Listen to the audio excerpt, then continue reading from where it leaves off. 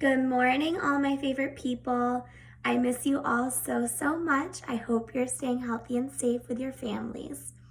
Miss Palmer and myself have decided to start pre-recording a few lessons for you all to view whenever you have a chance. So today we're going to be reviewing what we did right before spring break and then going into a new lesson on line plots that kind of goes off what we did right before spring break. So let's get started. Okay, so the last lesson we did, we created our own rulers that look just like this, and we labeled the quarter inches, the half inches, and whole inches. So here's the one that I created, and then we used our rulers to measure different classroom items to the nearest quarter, half, and whole inches. You could all do this at home if you would like, but today we're going to use line plots with fractions to display measurement data. So it's going to kind of feed off how we created our ruler with fractions. So I went ahead and drew this line plot. I have all my whole numbers labeled, and then I have a tick mark between each whole number.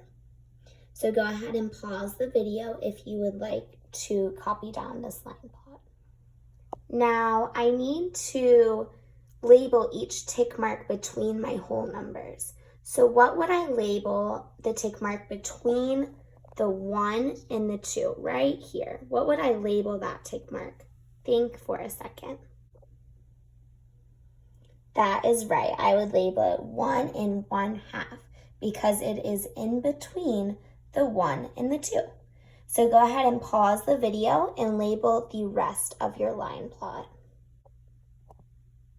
Your line plot should look just like this. All of your tick marks should now be labeled. So, how is my line plot and my ruler similar? Go ahead and pause the video and think about that for a minute. How is my line plot and ruler similar? If you said that both show numbers from 1 to 4, the ruler shows 1 to 5, but they both have whole numbers labeled, and they are both lines marked with whole and fractional units, you are correct. Great job. So moving along, I use my line plot now to show data that the book provided for me. So I'm going to look over this data real quick. We always learn to look at the title of our data. So it says time spent outside over the weekend. And then it's measuring in hours. And it shows the key that X equals 1 person. On my line plot, what does the 1 represent? It represents 1 whole hour because we know that our unit of measurement is hours. So the 2 and 1/2 would represent what? Think for a minute what the 2 and 1/2 would represent.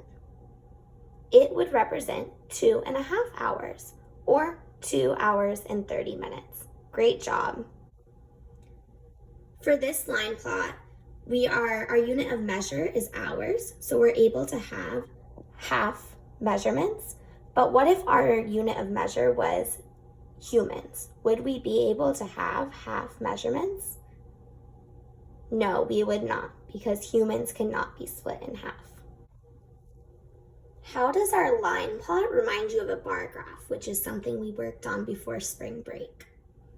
To me, the X's look like bars, just like in a bar graph. So the tallest column of X's shows the most. Looking at our line plot, which amount of time has the most X's? If you said 2 hours, you are correct.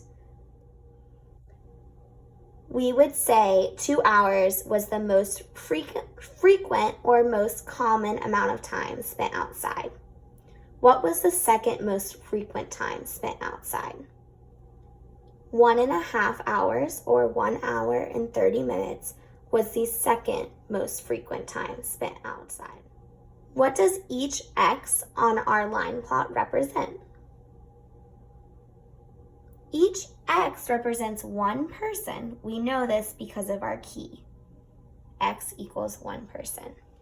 So, how many people spent 2.5 hours outside? If you said 4, you are right. Good job. Now I want you to go ahead and pause the video and answer these 3 questions. The first one says, what was the least frequent time spent outside?